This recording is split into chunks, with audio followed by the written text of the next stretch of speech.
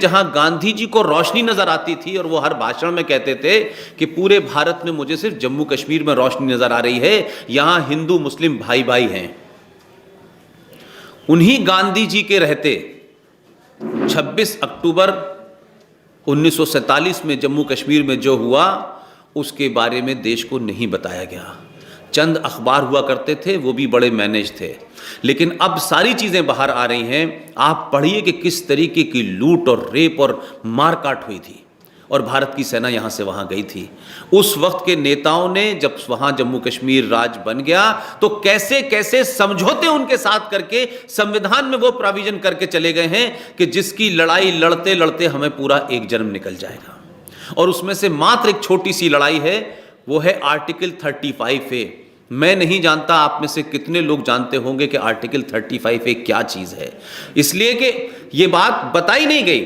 और संविधान में जिसकी हर बार एक कॉपी जारी होती है, उसके अंदर झूठ और फरेब और मक्कारी के तहत आपने आर्टिकल 35A को ऐसी जगह मेंशन किया है कि जहां रूटीन में पढ़ने वाले आदमी को वो आर्टिकल 35A पता ना चले, और वो पूरे देश को नहीं पता था। ये मैं लाहौर में एक फंक्शन में बैठा हुआ था, वहां जब ये चर्चा हुई, जब मुझसे किसी ने पूछा तो मैंने कहा मुझे धारा 370 का पता है, आर्टिकल 35A का पता नहीं है। लेकिन मेरे दिमाग में वो बात कौनती रही, और जब मैं हिंदुस्तान लौटा वापस तो मैंने सबसे पहले कोशिश की कि लोगों से बात करूं कि भैया आर्टिकल 35A क्या है जो ज्यादा खतरनाक है। तो आर्टिकल 35A 14 मई 1954 को भारत के राष्ट्रपति राजेंद्र प्रसाद के माध्यम से नेहरू जी ने एक आदेश जारी करवाया, और उस आदेश को बगैर कहे उस पर बहस हुई। राजेंद्र प्रसाद ने मने कर दिया कि नहीं, मैं इसको नहीं कर सकता, ये गैर कानूनी है, ये देश के साथ गद्दारी है, ये उनके शब्द हैं। तो ये कहा गया कि आप नहीं करेंगे तो मैं कांग्रेस के अधिवेशन में करा लूंगा।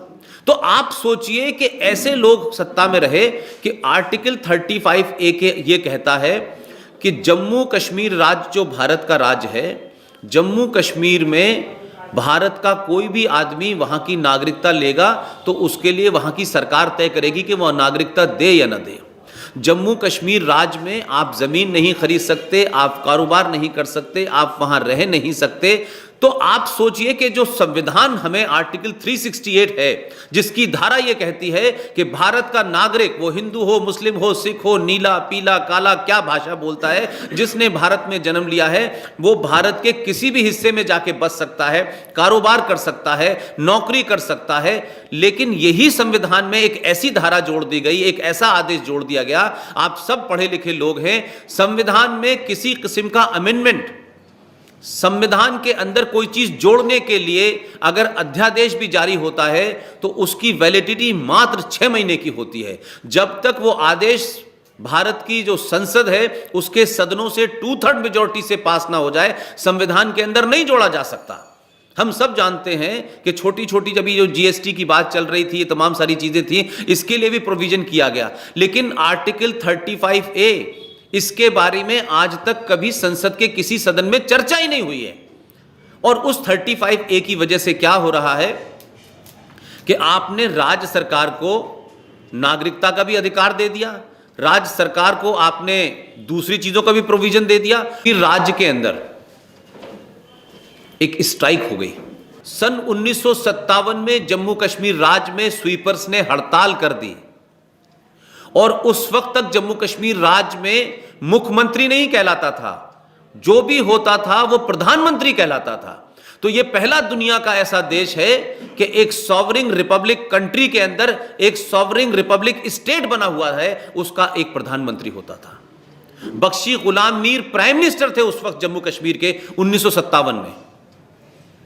तो जब वो स्ट्राइक हो गई तो यह हुआ कि इस महामारी फैल गई है, इसका कैसे हम निदान करें। तो बख्शी साहब ने अपने लोगों को भेजा और पठानकोट और अमृतसर से 200 वाल्मीकि परिवारों को बुलाया गया। यह सन 1957 की बात कर रहा हूं, जब देश की बहुत स्थिति बेहतर नहीं थी।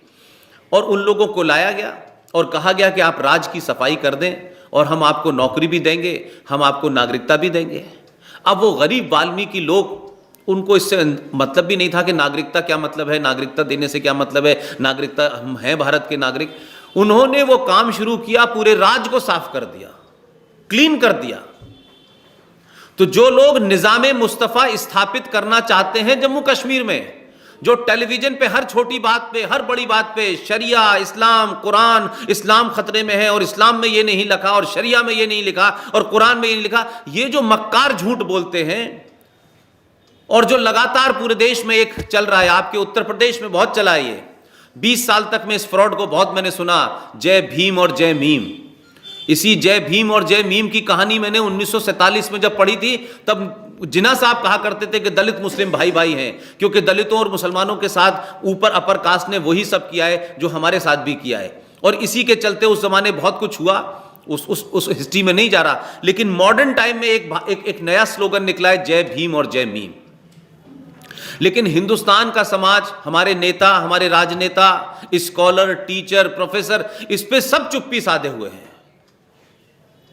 कि वो 200 वाल्मीकि परिवार जिनसे ये वादा करा गया था, उनके परिवार की एक लड़की 5 साल पहले बॉम्बे से पढ़ के आई, उसने टॉप किया, और जब वो अपने राज्य में वापस गई और उसने कहा कि जम्मू यूनिवर्सिटी के अंदर वांट्स निकली हुई हैं लेक्चरार की, मैं भी इसमें अप्लाई करना चाहती हूँ, उस बेचारी ने अप्लाई करा। अप्लाई करने के बाद जब उसके पेपर का वेरिफिकेशन चल रहा था तो उस लड़की से पूछा कि भाई आपका पीआरसी कहाँ है। पीआरसी का मतलब होता है जम्मू कश्मीर में परमानेंट रेजिडेंट सर्टिफिकेट। अब वो बच्ची बेचारी यंग लड़की थी, 22-23 साल की, उसने कहा मुझे नहीं पता ये क्या चीज होती है।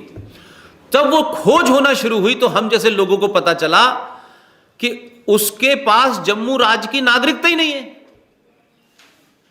मैं इस बात को भी थोड़ी देर के लिए मानने के तैयार हूं कि वो उस राज्य की नागरिक नहीं है तो आपने उसको नौकरी नहीं दी, लेकिन उसी जम्मू कश्मीर के संविधान में एक एग्जीक्यूटिव ऑर्डर पास हुआ, एग्जीक्यूटिव ऑर्डर नंबर 6.7.8.9।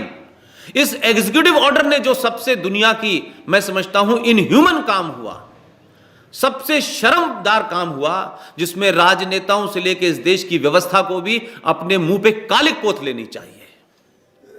वो शर्म का काम यह हुआ कि जम्मू कश्मीर में उन 200 वाल्मीकि परिवारों के बारे में एक एग्जीक्यूटिव ऑर्डर पास किया गया कि ये इस राज्य में रहेंगे, नागरिकता नहीं इनको मिल सकती, क्योंकि 1954 में हमने एक पास करा है धारा जिसके तहत नागरिकता नहीं देंगे। लेकिन एग्जीक्यूटिव ऑर्डर जो पास किया वो ये था कि ये लोग यहां पढ़ें, राज्य में पढ़ें, ये डॉक्टर की डिग्री ले लें, ये इंजीनियर की डिग्री ले लें, ये पत्रकारिता की डिग्री ले लें, ये कंप्यूटर की डिग्री ले लें, लेकिन जम्मू कश्मीर राज्य तमाम सारे इन लोगों को भंगी की नौकरी देगा।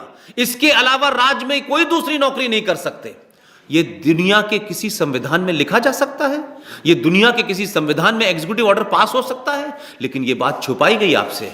वो जो महबूबा मुफ्ती खड़ी होकर फ्रॉड कहती है कि कश्मीरी हिंदू पंडित हमारे भाई हैं, हम उनके बगैर नहीं रह सकते। तो मैं देखिए, हमारे यहाँ एक संकट ये भी है कि हम लोगों को भूलने की बहुत बीमारी है। हम कल क्या घटना घटी है उसको भूल जाते हैं और फिर यकीन करने लगते हैं। इसी महबूबा मुफ्ती से किसी ने नहीं पूछा। हमने जब जम्मू में जाके पूछा तो हमारा प्रोग्राम उसने रुकवा दिया। हमने कहा महबूबा मुफ्ती तुम्हारे बाप का जम्मू कश्मीर नहीं है, तुम प्रोग्राम रुकवा सकती हो इसलिए कि तुम वजीर आला हो, हमारी आवाज नहीं बंद कर सकती हो। उसी जम्मू में इसी भाषा में बोल के आया मैं कि महबूबा मुफ्ती आप ये बताएं कि जिन कश्मीरी पंडितों के लिए आज आप घड़ियाली आंसू बहा रही हैं कि जम्मू कश्मीर में जो कश्मीरी पंडित हैं वो मेरे भाई हैं, मैं तो उनकी गोद में खेली हूं, हमारे बीच में रहे हैं। जिस वक्त कश्मीर में 19 जनवरी 1990 को, कल के दिन की बात बता रहा हूं मैं आपको, 3.5 लाख कश्मीरी हिंदू पंडितों को जो सदियों से आपके साथ रह रहे थे, जिनसे रोटी का बेटी का रिश्ता था, जिनसे आपकी भाषा का रिश्ता था, सदियों की कश्यप ऋषि का रिश्ता था, ये कैसे मुमकिन है? ये कौन सी मानसिकता है? ये कौन सा आपका जहन है? ये कौन सी आपको संस्कृति है जो इस बात के लिए आपको प्रेरित कर देती है कि जिस औरत ने, जिस महिला ने आपको बचपन में पढ़ाया, बीए कराया, वो आपकी टीचर है और आप यकायक रात में उसका रेप कर देते हैं और मर्डर कर देते हैं। इस सोच को समझने की कोशिश कीजिए। हमारी किसी से 2 मिनट की भी जान पहचान हो जाती है, तब भी हम उसको नुकसान पहुंचाने से डरते हैं। यार हम जानते हैं यार 5 मिनट पहले इसी आदमी ने हमको पान खिलाया था, खाना खिलाया था, यार हम कैसे इसको मार दें। लेकिन वो तमाम सारे लोग जो इस्लाम, कुरान, अल्लाह, मुस्तफ़ा की दुहाई देते हैं, कुरान में ये लिखा है, इस्लाम में ये बताया गया है। अरे तो इस्लाम में जब ये बताया गया था तो तुम निज़ाम मुस्तफ़ा जिस कश्मीर में नाफिज करना चाहते थे, लागू करना चाहते थे, तुमने 3.5 लाख कश्मीरी पंडितों को मारा।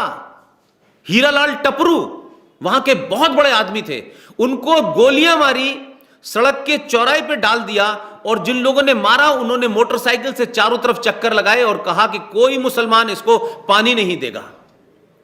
ऐसे नहीं हत्या की कि भीड़ ने हत्या कर दी हो। आपने इतने लोगों को मारा, रातों रात बेचारे वो चले गए, आज उनको वहां से भागे हुए 30 साल हो गए।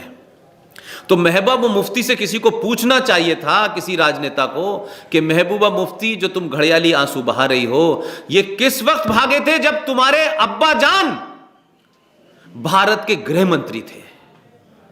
तो जब गृह मंत्री उसके पिताजी थे तब यह घटना घटी थी भाई। तो ना महबूबा ने अपने पिताजी से पूछा कि आप तो देश के गृह मंत्री हैं, आपको रोकना चाहिए था, न सेकुलर लोगों ने पूछा, न दूसरों ने पूछा। तो सवाल यह है कि भाई आप 3.5 लाख कश्मीरी हिंदू पंडितों के मरने पे, उनके रेप पे, उनके बलात्कार के ऊपर अगर आप नहीं बोलेंगे, तो मुझे ये बताइए जब ये घटना आपके शहर में घटेगी तो कोई दूसरा बोलेगा? इस मानसिकता से हिंदू समाज को बाहर निकलना चाहिए। ये खतरनाक मोड़ पे आप खड़े हुए हैं। हम तमाम सारे लोग जब कोई घटना हो जाती है तब हम उस पर रिएक्शन देते हैं। समझदार लोग वो होते हैं कि वो घटना न घटे उसकी तैयारी करते हैं। डॉक्टर भी ये कहता है कि किसी बीमारी के इलाज से अच्छा है उसका प्रिकॉशन लेना, कि ये ना हो तो पहले से आप तैयार रहें कि भाई अगर जाड़ा आने वाला है तो हम गर्म कपड़े पहने। हम ये कहें कि साहब हमने कपड़े पहने ही नहीं, हम बीमार हो गए, तो यही मैं कह रहा हूं, हमारा समाज जब तक बीमार नहीं होता तब तक दवा नहीं लेता। जब तक घटना नहीं घटती तब तक हम बोलते नहीं हैं, और जब घटना घट जाती है तब इतनी देर हो जाती है कि आपके बोलने का कोई मतलब नहीं होता, कोई फर्क नहीं पड़ता।